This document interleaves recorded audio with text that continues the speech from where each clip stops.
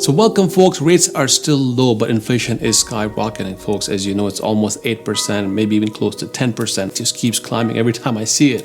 There's Russia war going on, geopolitical situation, so on and so forth. And the Fed are saying they're going to keep hiking up the rates till the end of the year, maybe as much as 4 to 5 to 6 times. Some people are even saying 10 times.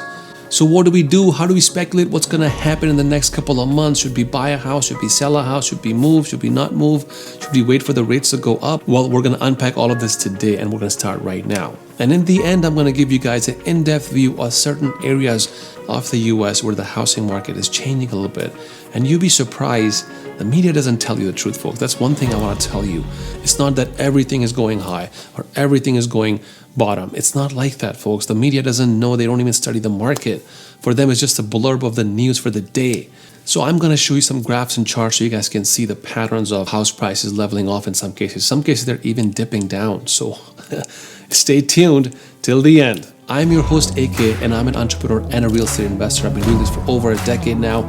Folks, I build affordable housing for the needy, such as disabled people, single moms, people with bad credit, and so on and so forth. If you're into that kind of thing, please consider liking and subscribing to this channel. Having said that, let's get into it, folks. So the Feds had their last meeting on January 25th. Now they're having another meeting sometime in March, I think early March. But what they're saying and the speculation is that they're going to increase the rates, and they might increase the rates by either 25 basis point, which is a quarter point, or 50 basis points, which is a half a point. So what happens when they increase the rates by 0.25%? I really don't think that anything's going to happen, folks. The stock market may take a slight dip, but it will come back up as it did. Stock market has, by the way, officially crashed. It went down almost 40% in pretty much all sectors, but mainly the tech sector. Every stock is in red right now, including Tesla, including Microsoft, including everything else. So how do we speculate what's going to happen to the housing market as a whole in the next 3 to 4 months? Here's how, folks. We go to the basics. Okay, we go to the basics. Inflation, which is off the charts, right? Interest rates, which are still very low, right? Still very low interest rates. We look at supply and demand, which we know the situation, supply and demand is low. And geopolitical factors, folks, what's happening with Russia and invasion with Ukraine, that's going to have an effect on the housing market. As Biden did say that if Russia attacks Ukraine, they're going to defend Ukraine. And he also said specifically that people may feel the pressure on the economy because of that. And that's very dangerous, folks. So I hope they don't do that. It would be a silly mistake, but who am I to say, right? And last but not least, the stock market. Why is stock market affecting the housing market, you might ask? Well, I'll talk about it, folks. Here's why. Because a lot of these builders who are building houses, Toll Brothers and Pulte Homes and many other bigger vendors, their stock is also dependent on the stock market. If the interest rates go up and the stock loses value, the company loses value. And by the way, they will not be able to build as much housing as they're planning to build. They won't be able to hire as many people. They won't be able to spend as much money because they're borrowing money, right? The borrowing rate has to be low. If the borrowing rate changes, the whole game changes, folks. So that's why the stock market is a big factor.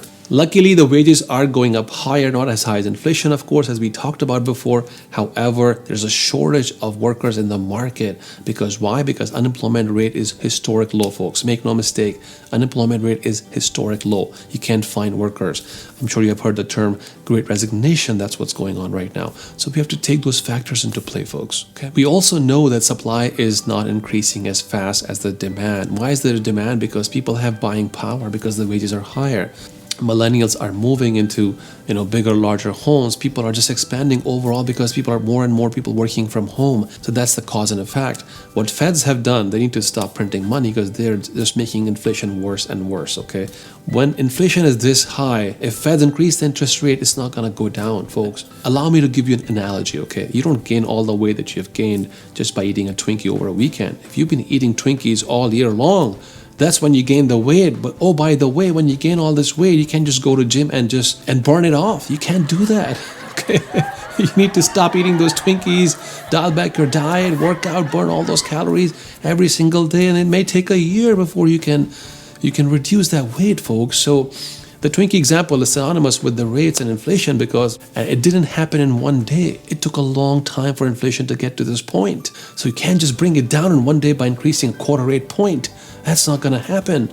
If interest rates do go up, it will have an effect on the buying power of the buyer. Why? Because you were able to afford a $500,000 house for $2,500. Well, now it's going to cost you maybe a few $100 more to afford the same house, and that offsets your budget. Now, Here's the sad part, right? I want you to really listen to me. Here's the sad part. When the stock market goes down, it affects everybody. Whether you're rich or poor, middle class, doesn't really matter. If you're in the stock market, it's going to affect you equally. But with inflation doesn't affect the rich. It doesn't affect the rich. It affects the middle class and the poor class. And that's the problem with inflation right now. So Feds had two priorities last year, okay? Curb inflation, which they did not do, and decrease unemployment, which they have done very well. You have to give them credit for that, folks. As silly and stupid you think Feds are, they have been able to curb unemployment. That is a historic low, historic ever, okay, in the past 30 years. So now they're going to play with unemployment, by increasing the rates, which may cause unemployment again. So keep that in mind. The other problem is, folks, this, right? The millennials, right? Millennials are very smart people, but they're not looking at the price of the house. I've seen some comments where people talk about like, oh, rates are going to go up and the prices are going to go higher too, so why not just buy now? Well, that's a counterproductive argument, folks. You have to also look at the value of the house. Is the house worth $500,000? If you go to buy a Nike shoe, and the same shoe was selling for $200 yesterday, but now it's like $300-$400, would you be paying for that shoe? Would you even go into bidding wars to buy that shoe? I would not do that if you're a smart investor. So why would you?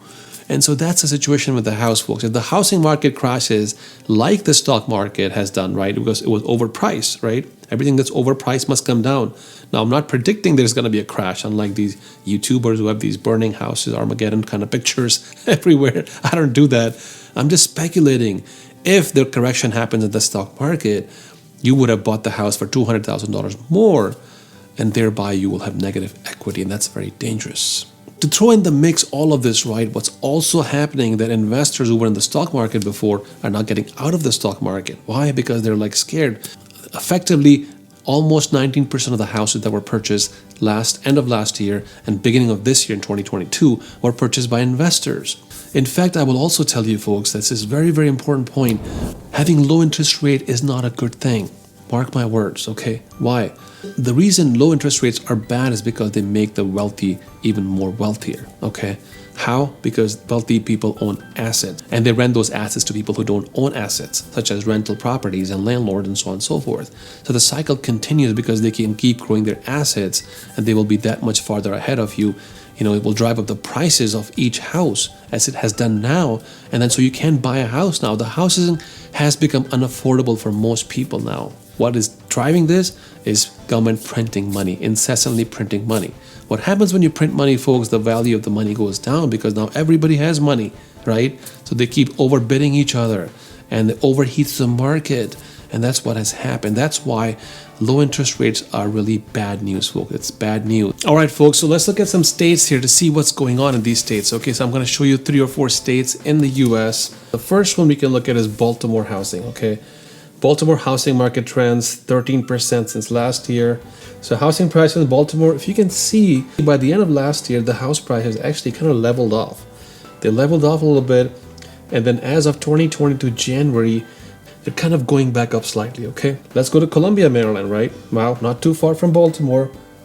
House prices only up 6%. Very different than what the media is telling you, which is a lie that everywhere the house prices are skyrocketing. No. 6% is actually below inflation rate, folks.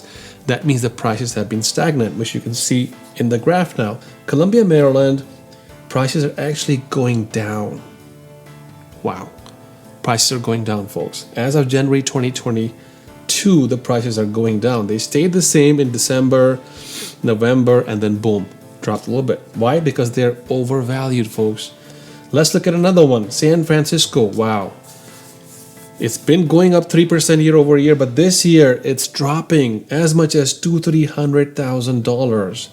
So the media and Feds always paint this big gory picture that somehow prices are just going off the roof in every single state, and that is not the case, as I've shown you here clearly, folks. Last but not least, let's look at the Tampa market. Tampa was leveling off the end of December. Now it's kind of going up slightly, but slowly. Vegas market. It's also not exploding. It's slowly going up, folks. So it hasn't even touched 400,000, which is, the national average. So all that tells me, folks, is that the market is not going to go and explode the same way it did last year. It's going to be a little bit different, folks. It's going to go up slowly and then it's going to level off, I think. And then it will get interesting once the Feds increase the interest rate to see if the market levels off in every single state, okay? And then it may come down or crash in some, I won't use the word crash, but it may correct or self-correct itself, because crash would be like, 40% down or so. Keep a lookout for that. Check out my video on the top 10 or top 7 cities where still the prices are low. With that, I want to thank you guys for joining me in this video. Please share the channel, like and subscribe, share it with your friends. I hope I was able to provide some value and a different perspective to you compared to these, fake gurus who are talking about Armageddon's coming and the crash is coming and so on and so forth. Folks, they've been talking about crash since past 2 years. So drop me a comment if I can do something for you guys. If you have any questions, if you want me to look into certain specific city or not, and I'd be happy to do so. So until my next video, I love you all. We'll see you in my next video. Have a fantastic day.